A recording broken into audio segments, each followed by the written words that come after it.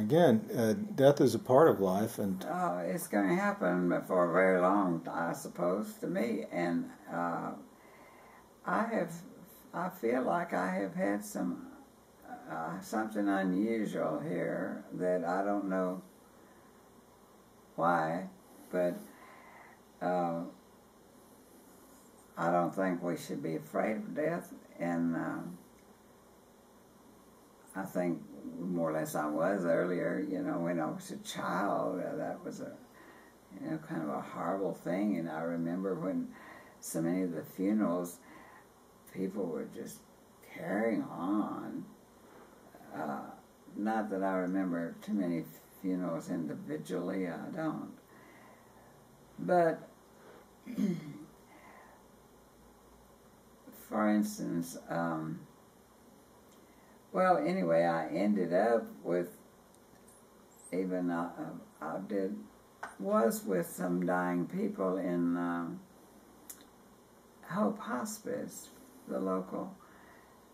I don't know why, but I was reading about it, and I knew when they started the hospice program here, I knew about it and wasn't doing anything particularly for it. I gave some money here and there, when they were having something to assemble money, but I never got involved as much as after I was married the second time. And here I was in my 80s, and my husband was, he was past 90 when we married, and I said, well, I think I'll go for that hospice training, and he said, well, if you do, I will too. And he said, I always think a man needs to do things with his, some of the same things with his wife. And so we actually did that, and did you saw obviously the benefit you were at service gave to the family and to the individual. Talk about that a little bit. I had a different attitude, though, because of my mother-in-law. My mother-in-law was if I guess I would put it in a very simple way, say she was a strange person in a way, in comparison with all the people I'd ever known. But she had a spiritual side of her that I had never been privy to, and she would at times prophesy things, and people would come to her as if they were going to God's messenger himself, and ask her questions, and would get answers. Now I bet she had. This is your mother-in-law. This is my first husband's mother. So she was regarded as a spiritual. Well, answering. She was known as a faith healer. Mm-hmm. Would she lay hands on people? Yes, she did, and prayed for them. And you would be surprised at the number of people, that today even would remember to say, my mother used to take me to see her and so forth. The Mexican people generally called her Anita. She was baptized Anna Krause, and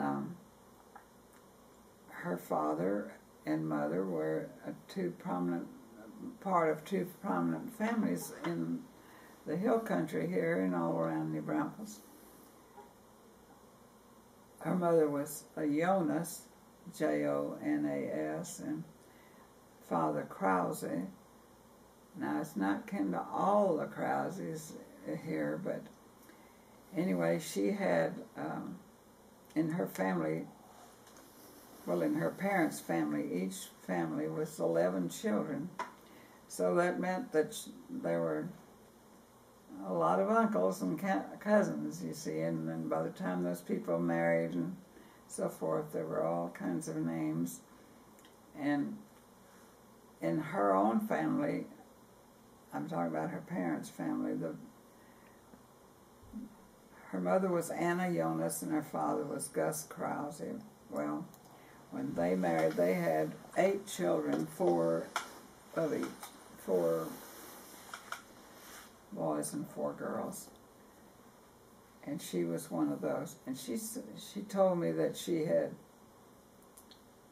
run away from home. They lived up behind where the dam is now. Their home place went underwater. Had been sold before that because her parents had died before that was decided. And what she told me about people dying, you know, she said when people are in the process of dying, it's not good to try to hold them back. Just stand by, you know, let them go. Well, this is what I would do when I was called to go and sit with somebody who was dying. I was a little disappointed that I was called one night and I was just at midnight getting in bed, you know, but I didn't go then. We when we signed up for that, we did not have any have to, you know, I was an old person myself, you know, could have long since been gone myself, you know, and I just didn't get out and go that at midnight, but I did sit with several people. But Albert and I just went to visit one person we had asked to visit in a nursing home. And then I went once more to visit her, and he didn't go because he wasn't feeling well. So we only made the one visit together. But later on, after he died, I visited some at home, just sat and visited with 2 women that I remember particularly. One was living with a daughter, and she had her own room, what they had arranged for her and everything. It was just a pleasant thing to do. In that instance, she didn't appear to me to be on her way out. Then I sat with a man down here at the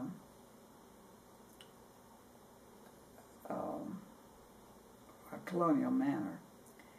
Well, he obviously was dying, or appeared to be. He was not talking or awake. So I was just sitting there. Now, I saw no reason, you know, based on my mother-in-law's opinion, I saw no reason for me to tell him that I was there and I did this or that. I just was there. And I think in the dying situation that people have that feeling anyway. I mean, that they could kind of know that someone is there. Mm-hmm. And if it makes them feel good just to have someone sit there, you know, that's fine with me. But would they get comfort from you reading scripture or singing hymns or just talking about anything in particular that was on their mind? I never had that feeling that I had to sit there and perform anything. No, not perform. I'm just saying some people, you know, I think have you know, get a peaceful, easy feeling from hearing psalms or you know,